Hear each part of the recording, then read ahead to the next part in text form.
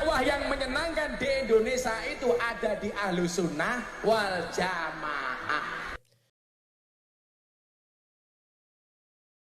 Malah berujung baku hantam. Inilah efek musik Islami. Padahal jika mau dapat solawat dengan jingkrak-jingkrakan.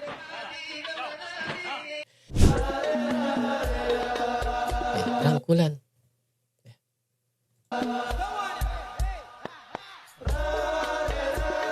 Lagi dengar salawat. Ya Allah ya Rabb. Jangan sampai kalau kita melupakan dancuk nanti diaku-aku oleh Malaysia. Apa ini? Hidup bagaimana nih? A'udzu billahi minasyaitonir rajim. Bismillahirrahmanirrahim. Teman-teman, beredar sebuah video ya, di mana video tersebut nampak seorang oknum yang dipanggil Gus yang membuat sebuah narasi-narasi yang saya rasa penting untuk ditanggapi. Di mana video tersebut ya, oknum Gus ini mengatakan bahwa dakwah di NU Aswaja itu menyenangkan. Berbeda dengan Wahabi yang dakwahnya itu nakut-nakutin saja ya, banyak kasih peringatan. Dan tidak cukup sampai di situ teman-teman. Di akhir video tersebut ya, beliau juga berkata bahwa Wahabi di Indonesia itu identik dengan PKS. Astagfirullah. Kenapa PKS sampai dibawa-bawa juga coba? Ya nyambungnya di mana teman-teman? Dan oknum Gus ini adalah ya, beliau adalah Gus Miftah. Ya, lagi-lagi Gus Miftah. Dan coba teman-teman ya, kita simak videonya. Dakwahnya orang NU itu mubasir.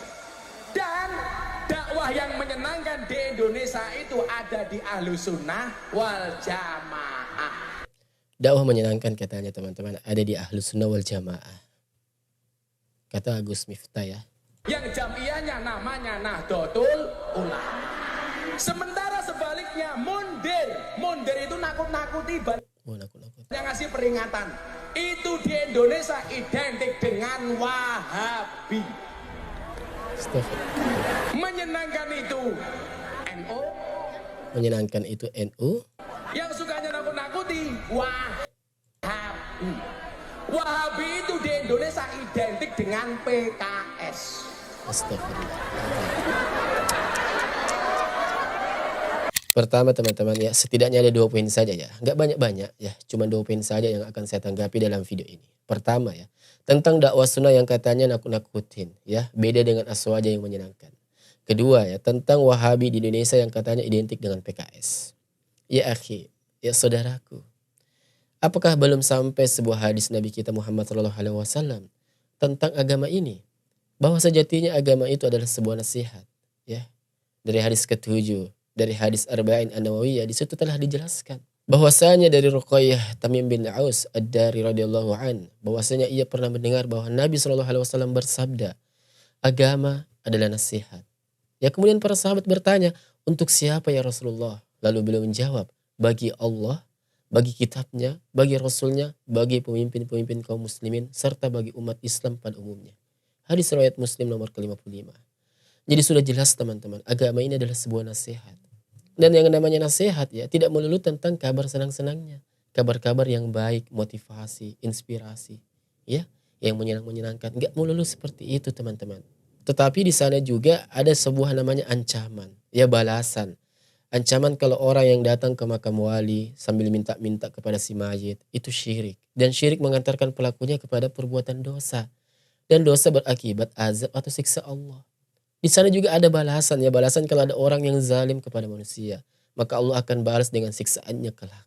Ya kalau dia tidak bertobat sebelum meninggal. Ya akhi, saudaraku. Agama ini bukan tentang soal nyaman atau tidak nyamannya, ini kita mendengar nasihat.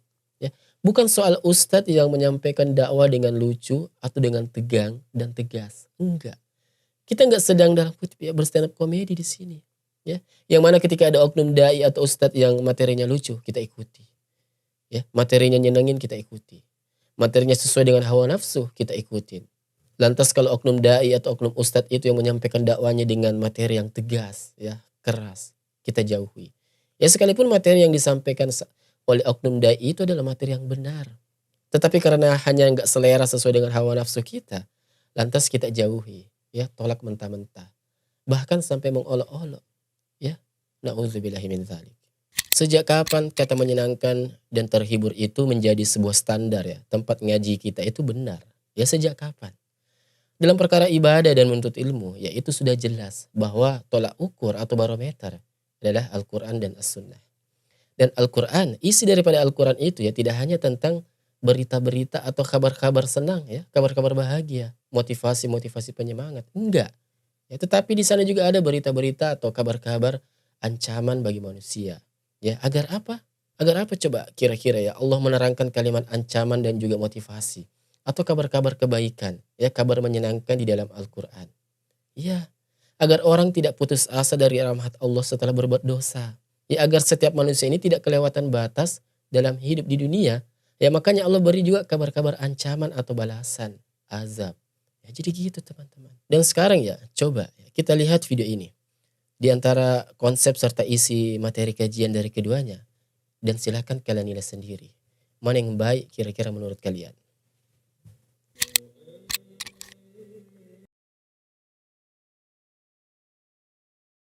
Setenang inikah majelis ilmu di manhaj salaf?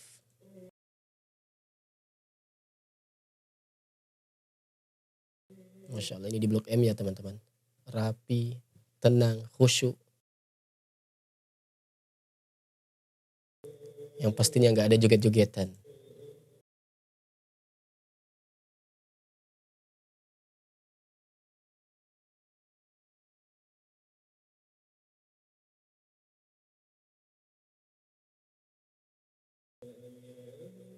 Tuh lihat teman-teman, kan rapi banget gitu. Pada bawa ini catatan, ya, ngecatat ilmu yang didengar.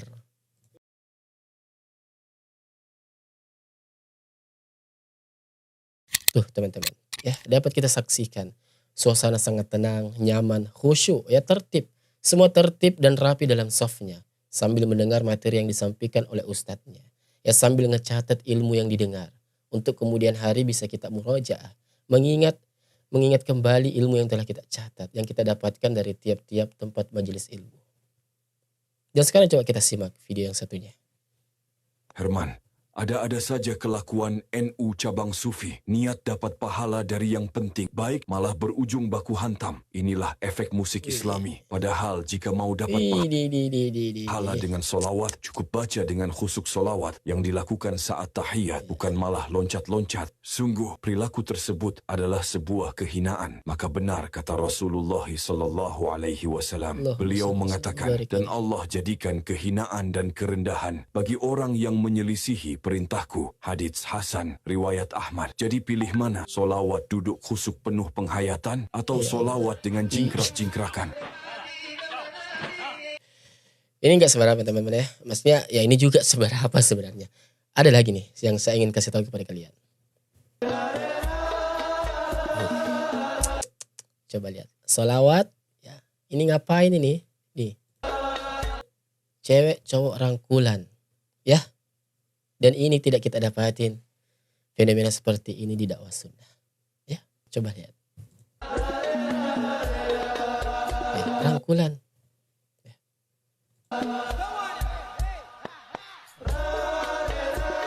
Lagi dengar salawat. Ya Allah ya Rabb. Ya. Gimana teman-teman? Ya. Apa pendapat kalian? Ya tidak perlu saya jawab ya. Dari kedua sisi ini saya yakin kalian sendiri sudah bisa menilai.